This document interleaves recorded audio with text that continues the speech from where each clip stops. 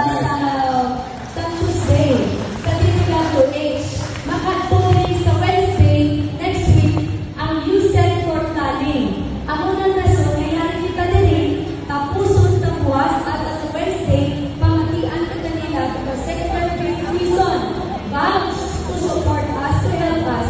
Kaya nakita nila, wala ang area goals project, wala ang pagpapang project sa siyudad sa Iloilo. Nahuya si Secretary Reason, kaya 300 million yung promisa ng Presidente na kulang. So that's why, sa muli sa mga kapitan, masunat kita, makadukit natin sa Wednesday para mabatian sa planning ng mga palpak ng mga project, ang mga in-operation ng project in the next 15 years matapos nato para mapinuslakan ng mga project. So, syempre, palpak, ditman ng project, kung hindi pagitman mag-operationalize. So, let's hope by 20 years or 15 years or 10 years, kung mag-isa kita tanan, basig pa manantanan ng project ng DP, ibutang niya sa flood control.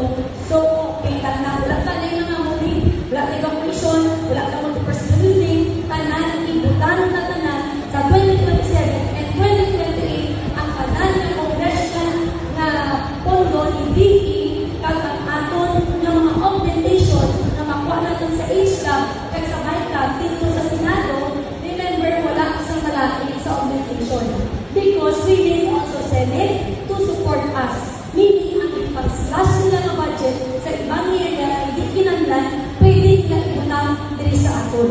So, ang mga yung purpose na we want that districts, we want that our flood control project, we want that the phase 2 dry study or the Iloilo floodway, 10 kilometers na siya ng floodway, mapunduhan paagi sa pondo sa national government, sa bulid man, sa pondo man, sa city government, kagamay lang parte barangay sa ibang barangay village para makonect lang sa national road.